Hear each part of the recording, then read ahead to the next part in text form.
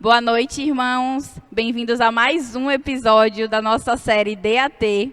No episódio anterior, o pastor Tiago falou sobre Gênesis do 1 a 11. Vocês assistiram? Não esqueçam de assistir. É muito importante vocês seguirem essa sequência para entender os próximos capítulos. E nesse capítulo, Fabinho vai falar sobre desde a chamada de Abraão até Isaac e Jacó. E não se esqueçam de pegar papel, caneta, pode ser um lápis. E o mais importante, a Bíblia. Preparados para o próximo episódio? Vamos lá?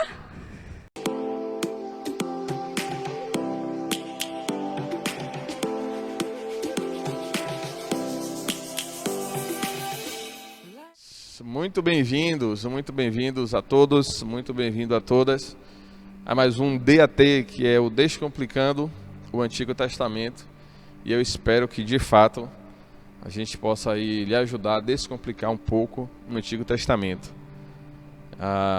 Conversando com algumas pessoas, e eu sei que isso é uma verdade comum, que normalmente os irmãos, as pessoas não gostam de ler o Antigo Testamento por achar muito complicado. Os nomes, as regiões, as histórias, o tempo em que ocorre, a ordem cronológica dos acontecimentos do Antigo Testamento, às vezes traz um pouco de confusão. E eu espero que essa série, a DAT, lhe ajude a simplificar na sua mente, a filtrar na sua mente esses acontecimentos. A nossa ideia é justamente que toda vez que a gente lê o Antigo Testamento, a gente pregar sobre o Antigo Testamento, a gente comentar sobre o Antigo Testamento, vocês ouvirem algo sobre o Antigo Testamento, vocês em suas mentes consigam se situar, né? Qual o momento, qual a situação, do que é que está sendo falado, e não ficar, muitas vezes, como acontece, né, perdidos nessa informação. Nessa noite a gente vai falar sobre os patriarcas. E a nossa história começa lá em Gênesis, no capítulo 12. Só que antes de lermos a partir de Gênesis capítulo 12, é importante a gente voltar um pouquinho, alguns versículos, né, lá em Gênesis capítulo 11. Vocês aprenderam com o pastor Tiago, né, lá sobre Torre de Babel, né, o que Deus fez com a Torre de Babel, as confusões, né, de línguas, a destruição da torre. E lá no final, mais precisamente a partir do versículo 10, nós temos lá os descendentes de Sem, que é filho de Noé. E pegando toda essa, a partir do versículo 10 do capítulo 11, a gente vai pegar toda a descendência de Sem, e lá no versículo 26 a gente vai chegar a um camarada chamado Terá. E quem foi Terá? Terá foi o pai de Abraão, o pai de Naor e o pai de Arã. Arã foi pai de Ló. Arã morre muito jovem, Ló fica sem o seu pai, e o que é que acontece? Eles saem da terra de Ur dos Caldeus, aqui no Gênesis, no capítulo 11, a partir do versículo 31, diz: tomou Terá, que é pai de Abraão, avô de Ló, seu filho, né, tomou seu filho, e a Ló, filho de Arã, filho de seu filho, e a Sarai. Detalhe, aqui já fala também que Sarai era esposa de Abraão. E saiu com eles de Ur dos Caldeus, como eu falei, para ir à terra de Canaã. Foram até Arã, onde ficaram. Então, bora lá. Terá pega o seu filho Abraão, a sua nora e filha também, vocês vão ver mais para frente, Sara, o seu neto Ló, e eles vão em direção à terra de Canaã. No meio do caminho, eles se estabelecem na cidade de Arã.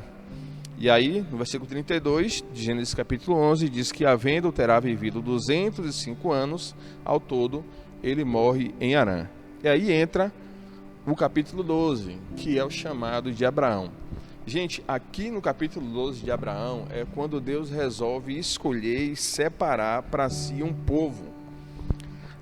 Sabe toda aquela confusão que a gente leu, que vocês estudaram com o pastor Tiago, né? Por causa do pecado lá de Adão e Eva, o pecado de Caim, toda aquela consequência, depois a maldade do povo lá com o dilúvio, Deus querendo destruir a humanidade, poupando a vida de Noé e de sua família.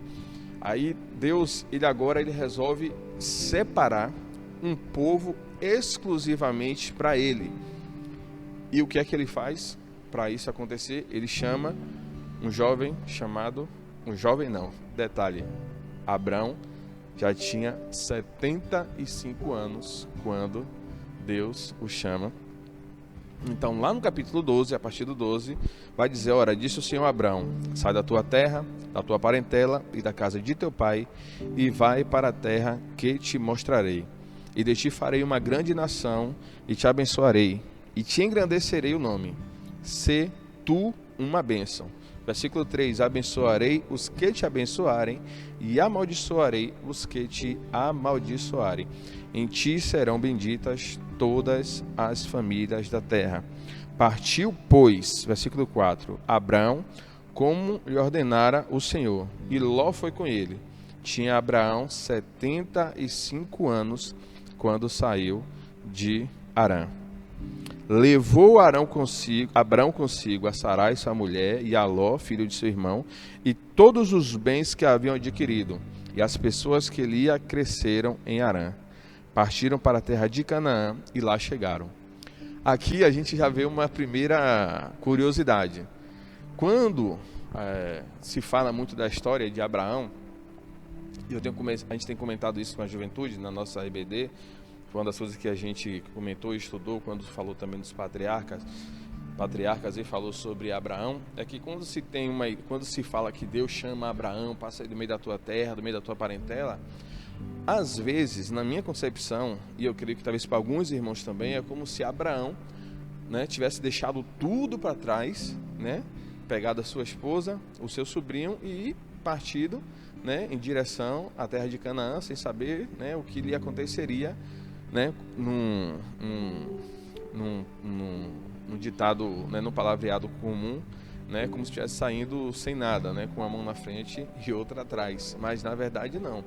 A gente leu e diz aqui que, versículo 5, que ele leva todos os bens que haviam adquirido lá na terra de Harã. Então o camarada, ele já sai com posses, ele já sai com riquezas. Ele não sai para uma aventura. É uma aventura na ideia de ir para um lugar desconhecido, né, por um Deus, chamado por um Deus, muito provavelmente ainda desconhecido por ele, tá? A gente não tem nenhuma narrativa até então da relação de Abraão, da família de Abraão com Deus. Então provavelmente um Deus até desconhecido para ele, e ele vai para essa aventura, mas ele não vai sem nada. Ele vai com os seus bens, ele vai com os seus pertences.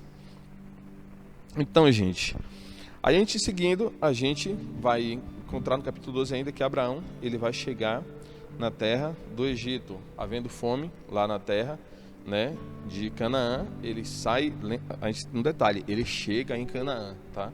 Ele chega em Canaã, só que aí fome na terra, e vocês vão ver que fome em Canaã, na história, aqui nos patriarcas, é comum, né? Aí ele vai para o Egito, e lá no Egito ele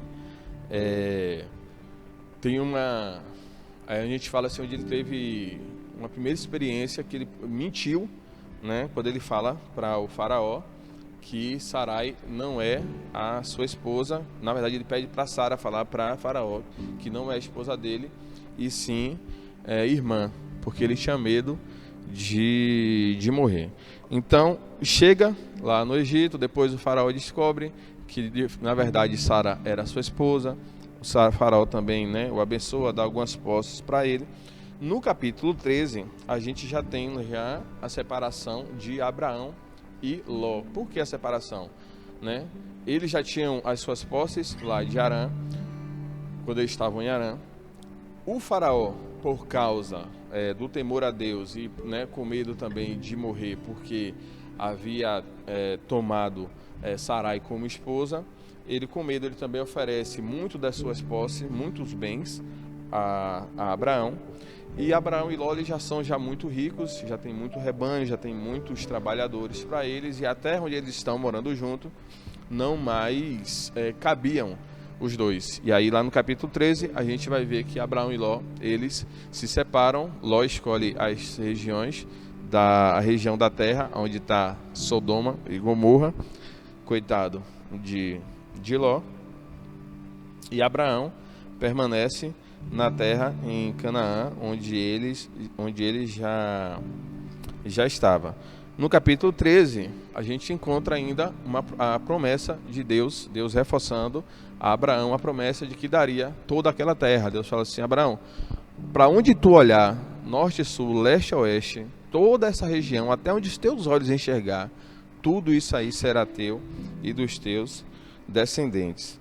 No capítulo 14, eu estou tentando fazer capítulo por capítulo para vocês tentarem compreender melhor. No capítulo 14, a gente vai ver que tem uma guerra, né, contra os reis de Sodoma. Ló é levado preso. Abraão leva alguns dos seus guerreiros, vence a batalha contra aquele rei que levou cativo Ló e o rei de Sodoma, né? A gente encontra no capítulo 14 também um camarada, um rei chamado Melquisedeque, rei de Salém. Salém vai se tornar futuramente a cidade de Jerusalém, né? E Melquisedeque, a gente vai ver depois de Melquisedeque também lá em Hebreus, falando sobre Melquisedeque. E Melquisedeque, ele abençoa a Abraão.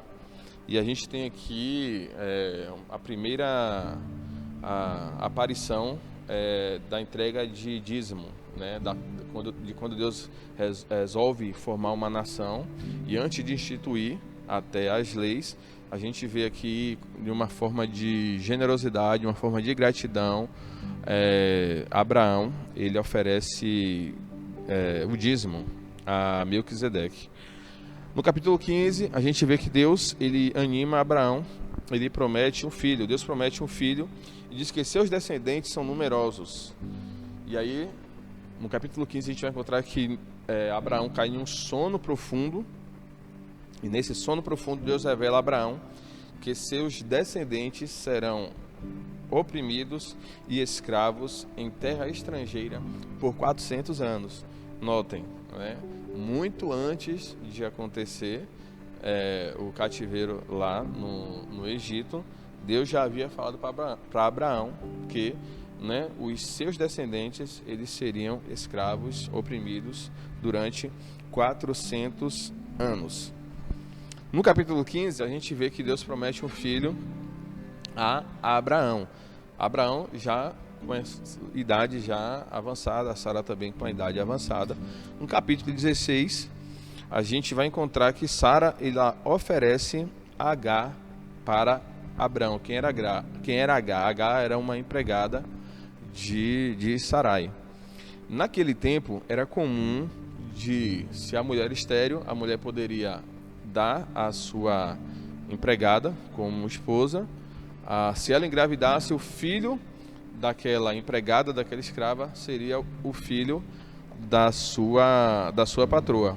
E Sarai, querendo dar um jeito, né? Parece que querendo fazer as coisas do jeito dela, querendo dar um filho a Abraão, né? Abrão, aqui ainda não Abraão. Ela resolve fazer com que Sara tenha relações com Abraão, que Agar tenha relações com Abraão.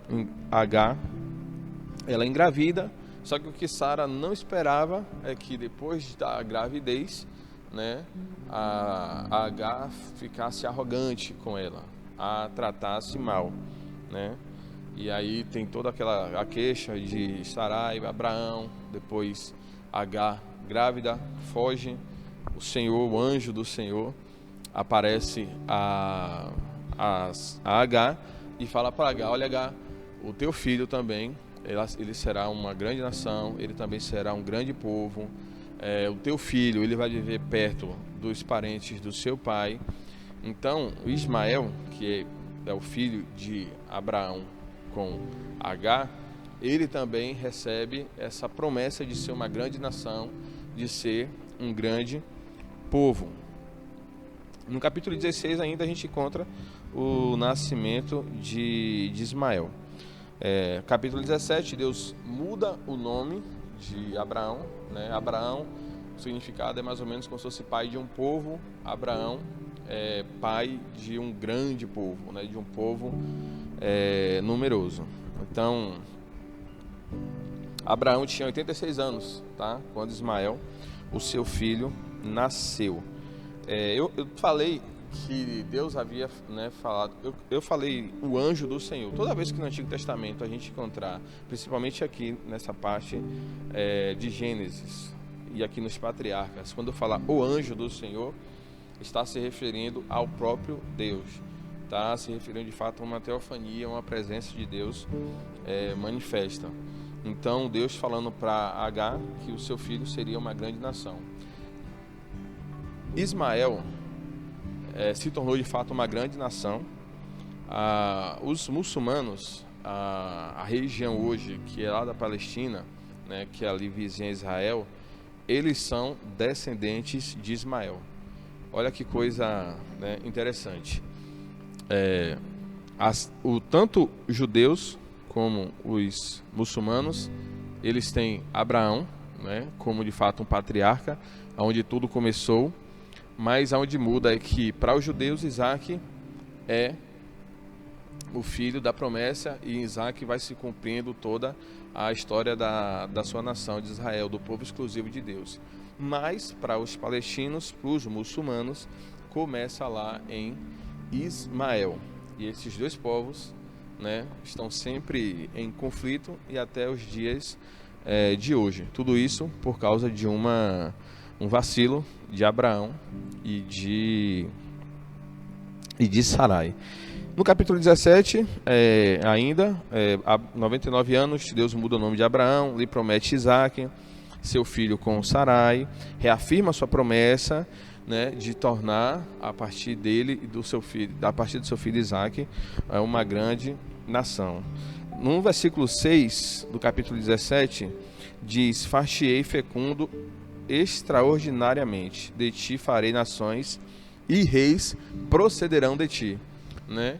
Curioso que muito antes de uma monarquia em Israel, né, muito provavelmente aqui 500 anos antes, não, 500 anos não, muito mais, sei lá, 700 anos antes, 800 anos antes, né, Deus falando de que dos filhos descendentes de Abraão, né, teriam reis. Lá no Deuteronômio, capítulo 17 também, a gente vai encontrar Deus falando, antes da monarquia também em Israel, Deus falando também de como deveria ser o rei, né, que governaria a nação de Israel. E em tudo isso, no capítulo 17, a gente vai encontrar lá a circuncisão. O que é a circuncisão? A circuncisão é a parte que cabia a Abraão, né, nessa aliança, porque até então tudo era o Senhor Deus que estava fazendo, estava, né, indo à frente e dando as diretrizes, mas Deus agora ordena, né, que Abraão, todos os machos nascidos na sua casa, os escravos também que fossem comprados, deveriam ter uma marca como sinal de ser povo separado, ser povo exclusivo, e a marca eles deveriam ser circuncidados. E aí vem a circuncidação. Abraão, ele é circuncidado e o seu filho também é Ismael. Eu vou adiantar por causa do tempo, a gente precisa chegar ainda nos outros. Capítulo 18, o Senhor aparece a Abraão e a Sara e avisa que daquele dia a 1 ano voltaria e Sarai teria um filho. Então, nessa narrativa do capítulo 18 de Gênesis, o Senhor aparece com mais 2 anjos. Deus come, né, e os seus anjos comem lá junto com Abraão, né, e fala assim: olha, Abraão, de hoje a 1 ano eu vou voltar e você vai ter um filho. E é nesse episódio aqui que a gente vai ver lá que Sara, né, ela ri por dentro, porque ela já sabendo que velha, avançada em idade, não poderia ter filho. E o Senhor pergunta a Sara: olha, Sara, por acaso há alguma coisa impossível para Deus? Capítulo 19, né, é a continuação. Capítulo 18, Deus, os 2 anjos, Isaac e Sara. Capítulo 19, Deus resolve ver que a maldade de Sodoma e Gomorra já está tamanha. Deus resolve fazer uma visita a essa cidade, mas no capítulo 18, lá no finalzinho, A gente vê que Deus ele fica um pouco mais conversando com Abraão, é quando tem aquela intercessão de Abraão intercedendo pelo povo de Sodoma, ele muito preocupado com o seu sobrinho Ló, e ele fala assim, e se tiver 50 justos, ele vai descendo, né? E os anjos resolvem ir lá em Sodoma. Os anjos chegam em Sodoma, né? Chegam à casa de Ló, e os homens daquela cidade de Sodoma eram os homens muito perversos, muito pervertidos. A Bíblia diz, lá no capítulo 19, que tanto os mais novos, os homens mais novos, quanto os mais velhos, eles queriam ter relações com esses anjos. E esses anjos, né, se trancam dentro da casa de Ló, os homens tentam arrombar, aí os anjos fazem com que os homens fiquem cegos e não encontrem a porta da casa de Ló para não arrombar, e os anjos falam, olha Ló, amanheceu logo de manhã, pega a tua família, todos os teus e foge, vai embora, porque Deus vai destruir essa cidade. Ló sai vocês conhecem a história, com suas filhas, com sua esposa vira uma estátua de sal, porque olha para trás. A gente não sabe o porquê ela virou uma estátua de sal, e também a gente não tem tempo de entrar muito nesse assunto, mas de fato é que ela olha para trás, né? E a ordem foi, não olhem para trás, e ela olha para trás e se torna uma estátua de sal. Sem a sua mãe e as filhas de Ló, na região para onde elas fugiram e na caverna onde elas se esconderam, a região onde elas não tinham pessoas, não tinham homens para elas poderem procriarem e fazer com que o nome de Ló se perpetuasse, porque era comum que as mulheres tivessem, né, filhos, né, e procriassem para que o nome da família fosse perpetuado. E elas, sabendo que elas, na cabeça delas, pensando que elas não teriam, olhando a região, elas resolvem fazer o quê? Embebedar o seu pai, Ló, e as duas, a mais velha e a mais nova, a mais velha primeiro embebeda seu pai, tem relação sexual com seu pai. No outro dia, a mais nova faz a mesma coisa também, embebeda seu pai, tem relações com seu pai, e as duas engravidam. A mais velha tem um filho chamado Moabe, que é o pai dos moabitas, e a mais nova tem um filho chamado de Ben-Ami, que é pai dos amonitas, povos que deram muito trabalho a Israel. Depois, no decorrer da história, eu creio que vocês vão ver mais para frente um pouco sobre isso. Nesse meio termo, no capítulo 20, Deus ele muda, na verdade Abraão, ele muda para a terra de Gerar, e de novo Abraão ele mente, dizendo que Sara não é a sua esposa, pede a Sara para falar que não é a sua esposa. Ele lá na terra de Gerar, o rei Abimeleque quis ter Sarai como esposa, só que antes dele tê-la como esposa, de consumar o fato, né, ele tem em sonho, o Senhor revela para ele, e ele libera a Abraão, Sara, né, e todas as suas, e mais posses ainda, mais riqueza ele acumula. É nesse capítulo 20 aqui que a gente vai ver lá que Abraão diz que de fato Sara é a sua irmã, porque eles são irmãos, filhos do mesmo pai. Capítulo 21 vem o nascimento de Isaac, né? Essa tão desejada espera, né, por esse filho chega. No capítulo 21 Isaac nasce, né? Ismael já um jovenzinho, provavelmente com seus 13, 14 anos, caçoava demais de Isaac. Na verdade, Ismael já era um pouquinho mais velho, Isaac já estava desmamado, a gente não tem ideia mais ou menos a idade, mas o fato é que Ismael ele abusava, ele pirraçava, provocava demais Isaac, e isso irritou Sara. E Sara pede para Abraão, manda a essa mulher e o filho dela irem embora. E o curioso é que Deus fala para Abraão, Abraão, obedece a tua esposa. Abraão praticamente expulsa, manda Sara, manda Agar e Ismael irem embora. E a gente tem aqui também essa história onde, né, Agar se afasta. Eu estou trocando muito Agar e Sara, gente, porque a história está muito ali, paralela, muito perto. né? Estão ali muito próximas. Então Agar se afasta, bota seu filho lá, né? Vê o seu filho chorando para morrer, e Deus fala, e de novo Deus faz, né, reafirma essa promessa: olha, o seu filho, ele vai ser também pai de uma grande multidão. No capítulo aqui também, 21, Deus, ele pede que Abraão pede a Deus, né, que Deus também abençoe Isaac, abençoe Ismael. Perdão, gente, é muito nome. E Deus fala assim: olha, Abraão, eu vou abençoar também Ismael, tá? Ele também vai ser uma grande nação, porém a minha aliança, a aliança que eu tenho com você, de um povo exclusivo, é com o seu filho Isaac. Aí no capítulo 22, Deus pede a Abraão, né, que sacrifique Isaac, seu filho. Versículo 22, a partir do verso 1 diz: depois dessas coisas, pôs Deus a Abraão à prova e lhe disse: Abraão, este lhe respondeu: eis-me aqui. Acrescentou Deus: toma teu filho, teu único filho, Isaac, a quem amas, e vai-te à terra de Moriá. Oferece-o ali em holocausto sobre um dos montes que eu lhe mostrarei. Gente, essa passagem aqui de Abraão com seu filho Isaac, ela é uma antecipação dramática, né, de Deus oferecendo o seu único filho, o seu filho unigênito, para morrer em nosso lugar, conforme João 3,16.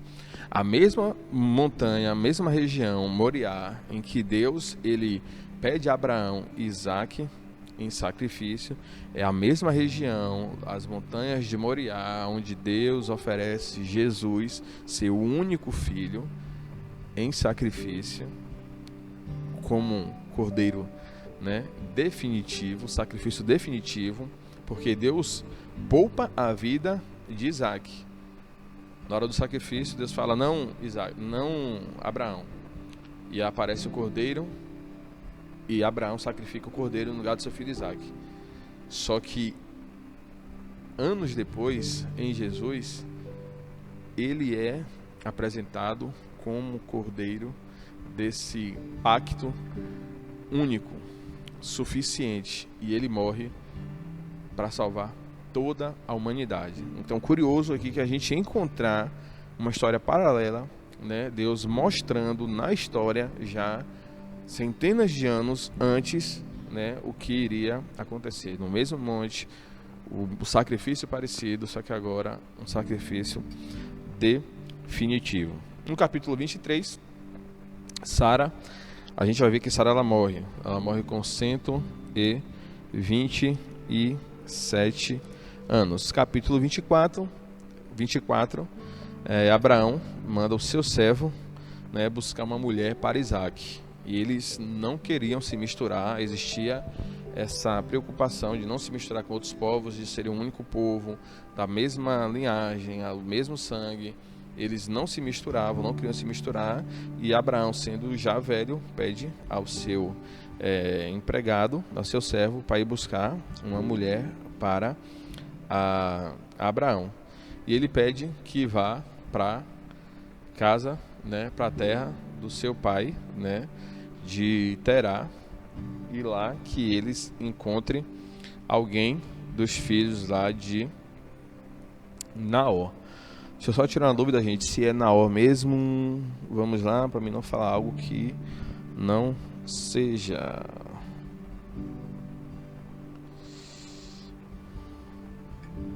É isso mesmo, no capítulo 15, do versículo 15 do capítulo 24, o encontro de Rebeca. Considerava ele ainda quando saiu Rebeca, filha de Betuel, filho de Milca, mulher de Naor, irmão de Abraão, trazendo um cântaro ao ombro. Então, Rebeca é filha de Betuel, que é filho de Milca, que é mulher de Naor. Então, Raquel, ela é prima de Isaac. Então a gente tem o encontro, depois ela indo ao encontro de seu futuro marido Isaac. No capítulo 24 ainda tem o casamento de Isaac e de Rebeca. No capítulo 25, a gente vai encontrar lá a morte de Abraão. Sara já tinha morrido, Abraão se casa de novo com Quetura, aí vai ter lá os descendentes de Abraão com Quetura. No capítulo 25 também a gente encontra a morte de Abraão. 25, versículo 7. Foram os dias da vida de Abraão 175 anos. Expirou Abraão, morreu em ditosa velhice, avançado em anos, e foi reunido ao seu povo. Então Abraão, nesse período aí do chamado até a sua morte, ele viveu 100 anos. Se ele tinha 75 anos e morreu com 175, do chamado, né, lá em Harã até a sua morte aqui em Canaã, ele viveu 100 anos. Aqui no capítulo 25 de Gênesis, do versículo 19 ao 24, a gente vai encontrar o nascimento dos filhos de Isaac e de Rebeca, Jacó e Esaú. A partir do versículo 19, são estas gerações de Isaac, filho de Abraão. Abraão gerou Isaac, era Isaac de 40 anos, quando tomou por esposa Rebeca, filha de Betuel, o arameu, de Padan-Arã, irmã de Labão, o arameu. Isaac orou ao Senhor por sua mulher, porque ela era estéril, e o Senhor lhe ouviu as orações, e Rebeca, sua mulher, concebeu. Os filhos lutavam no ventre. Então disse: se é assim, porque vivo eu? E consultou ao Senhor. Respondeu-lhe o Senhor: 2 nações há no teu ventre, 2 povos nascidos de ti se dividirão. Um povo será mais forte do que o outro, e o mais velho servirá ao mais moço. E aí tem um nascimento, a gente sabe, já é conhecido por todos, que quando Rebeca vai dar à luz a Esaú e Jacó, né? Esaú, ele nasce primeiro, só que Jacó está lá segurando o pé do seu irmão, como se quisesse dizer: olha, eu que quero sair primeiro, eu que vou nascer primeiro. Essa parece ser a ideia que o texto quer nos passar. Lá no capítulo ainda 25, a partir do 27, a gente tem aqui a partir do 27, que Esaú vende o seu direito de primogenitura. Qual era esse direito? Ele, por seu filho mais velho, ele herdaria a bênção do seu pai, de Isaac. Só que a barriga, né, a fome, falou mais alto, e talvez ele pensando que numa brincadeira ou não dando importância ao que ele estava fazendo, né, ele troca o direito da sua primogenitura com Jacó. Versículo 29 do capítulo 25. Tinha Jacó feito um cozinhado, quando esmorecido veio do campo Esaú e disse: peço-te que me deixes comer um pouco desse cozinhado vermelho, pois estou esmorecido. Daí chamar-se Edom. Disse Jacó: vende-me primeiro o teu direito de primogenitura. Ele respondeu: estou a ponto de morrer, de quem me aproveitará o direito à primogenitura? Então disse Jacó: jura-me primeiro. Ele jurou e vendeu seu direito de primogenitura a Jacó. Irmãos, a gente tem aqui Jacó e Esaú. Esaú, ele é o filho preferido do seu pai Isaac, e Jacó é o filho preferido da sua mãe Rebeca. A gente vai seguir, por causa do tempo, para não se alongar. Isaac, lá no capítulo 26, ele faz uma aliança também com Abimeleque, uma história parecida, mente também para Abimeleque, falando que Rebeca é a sua irmã e não esposa, repetindo os mesmos erros dos pais. No capítulo 27, a gente tem aqui Isaac abençoa a Jacó, né? O que é que acontece aqui no capítulo 27, gente? Isaac, já praticamente cego, já próximo de morrer, ele resolve fazer meio que um último pedido ao seu filho Esaú. Ele fala: Esaú, prepara um cozido, um guisado para o seu pai, e depois que você voltar do campo com o seu guisado, eu vou abençoar você com a bênção da primogenitura. Rebeca ouve isso, tem o seu filho preferido, favorito, que é Jacó. Fala: Jacó, vai na frente e você que vai ser abençoado no lugar do teu irmão Esaú. Então Jacó tem essa preocupação porque ele não tem pelos no corpo, a mãe pega a roupa de Esaú para ficar com o cheiro de Esaú, prepara a comida para o pai, engana o pai abençoa Jacó no lugar de Esaú. Vocês conhecem a história também. Capítulo 28, a gente tem a fuga de Jacó, né? Rebeca não volta mais a ver o seu filho, Jacó, porque ele foge. Na verdade, depois Isaac até o abençoa, né? E fala assim, já que você veio na frente, né? Abençoa ele. No capítulo 28 ainda, a gente vai ter lá o sonho em Betel. A gente vai ter lá também o encontro na terra do seu tio Labão.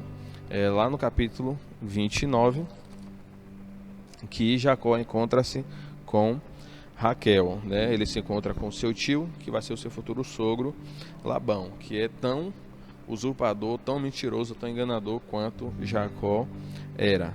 Então, Jacó ele faz um acordo com Labão. Labão fala assim, olha, você tem já um mês aqui trabalhando para mim, não é justo que você trabalhe de graça. E o acordo é, eu trabalho por vocês, né, 7 anos e você vai me dar sua filha Raquel, porque Jacó era apaixonado por Raquel. Labão fala, beleza, ok. O coitado do Jacó trabalha 7 anos e no dia do casamento é entregue a ele Lia no lugar de Raquel. E aí tem toda aquela discussão que vocês conhecem, aí é quando ele trabalha mais 7 anos para pagar o seu casamento com Raquel. Então ele trabalhou 14 anos para casar-se com Raquel, sendo que ele ficou com Raquel logo depois do seu casamento com Lia. Logo depois que ele saiu da lua de mel, ele já esteve com Raquel, mas ele teve que trabalhar mais 7 anos para pagar esse casamento. E aí começa a vir os filhos de Jacó, né? Jacó tem filhos, Raquel também era estéril, tá, gente? Assim como Rebeca, assim como Sara, essa descendência vem se repetindo na história, né? Dos homens mentirosos, das mulheres estéreis. E aí chega aqui, só que aí Jacó também se casou primeiro com Lia, teve alguns filhos com Lia, né?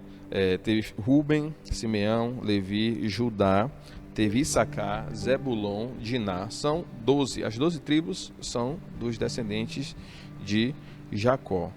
Ele teve também filhos com a Bila, que era empregada de Raquel, que foi Dan, Naftali.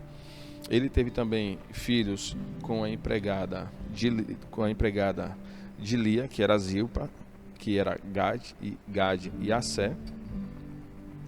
E de Raquel, ele tem o seu filho, já lá, né, depois de muito, ele tem o seu filho José com Raquel. A gente já vê depois que Jacó... Eu vou falar mais na frente, bora seguir aqui para não antecipar. No capítulo 31 tem a fuga de Jacó, né? Ele tem um encontro com Deus, ele tem onde ele conversa com Labão, e Labão, né, meio que trapaceia ele. Na verdade, todo o rebanho que Jacó começa a conquistar se torna um homem muito rico, foi também porque ele enganou o seu tio Labão. Eu vou seguir, gente, por causa do horário aqui, tá? Então, aí a gente encontra aqui ainda no capítulo 32 o retorno, né? Na verdade, é no capítulo 32 que ele, né, luta com um anjo e o nome dele é mudado. O nome dele agora passa a ser Israel, o príncipe de Deus, e não mais Jacó, que era mentiroso, enganador, né? E muda o nome para Israel, que vai ser o nome da nação. Ele vai ter encontro com seu irmão Esaú, ele se reconcilia com seu irmão Esaú. Capítulo 34, a gente vai ter os filhos de Jacó, né? A gente vai ter lá o nascimento de Benjamim. E aqui, no nascimento de Benjamim, tem a morte de Raquel, tá? Raquel nasce logo após o nascimento de Benjamim. Gente, aqui num capítulo, em Gênesis, capítulo 37, a gente vai ter também aqueles sonhos lá de José que tanto incomodava, né, os seus irmãos. José também era meio que não sei, no termo não é fofoqueiro, mas gostava de entregar os irmãos. E os sonhos que ele tinha também, nos sonhos ele estava sempre em uma posição elevada e seus irmãos em uma posição mais abaixo. E aí tem a história que vocês sabem, José é vendido, José chega no Egito, depois no capítulo... Aí José, no capítulo 37 ainda, né? José é vendido. Aí depois a gente vai ter José chegando no Egito. E lá naquela chegada do Egito, a gente vai ter, né, os famosos sonhos, né, que fazem com que José se torne o homem, ou o segundo homem mais poderoso do Egito, né? Aquele sonho lá, o principal que, né, fez ele sair da prisão. Tem um encontro, né? Tem o porquê ele vai para a prisão, vocês sabem, né? Por causa da mulher de Potifar, que acusa ele de assédio, de tentar estuprá-la. Só que a gente sabe que nada disso aconteceu, que ele foge, só que ela por estar chateada por ter sido desprezada, inventa essa história, ele é preso. Só que aí, né? Ele consegue lá na prisão, ele desvenda os sonhos de Faraó, os sonhos das vacas magras, das vacas gordas, falando lá do tempo de escassez, do tempo de fartura que a terra passaria aquela região, e ele dá a ideia, olha, é bom vocês ajuntar em celeiros, né? E eu sei que por causa desse sonho o Egito se torna ainda muito mais rico, porque por causa da fome que há naquela região, né, todos os povos vão para o Egito para comprar comida, porque por causa do sonho de José, o Egito ele junta em celeiros e eles têm fartura até para vender. Por causa dessa fartura, os filhos de Jacó, os irmãos de José, eles saem de Canaã, que tem fome, e eles vão para o Egito. Aí tem lá aquele encontro com José, e tem o primeiro momento que José não se revela para eles. Ele conhece seu irmão Benjamim, segura Benjamim, deixa Benjamim no Egito, como se fosse uma garantia de que eles voltariam para trazer, né, pagamentos e tal. Aí volta a segunda vez. Aí eu vou precisar adiantar aqui, gente. É quando na história Jacó, né, José procura saber se seu pai ainda está vivo, né, e Abraão vem com os seus todos os seus filhos, suas noras, seus rebanhos pro Egito, e eles lá, né, José se revela, tem toda aquela comoção. E no capítulo 49, eu acho muito importante, porque no capítulo 49 aqui de Gênesis, a gente tem Jacó abençoando todos os seus filhos, né? Abençoa todos os seus filhos.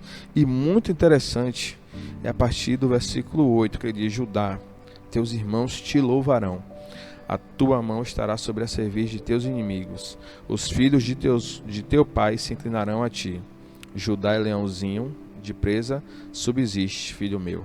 Encurva-se e deita-se como leão, e como leoa, quem o despertará?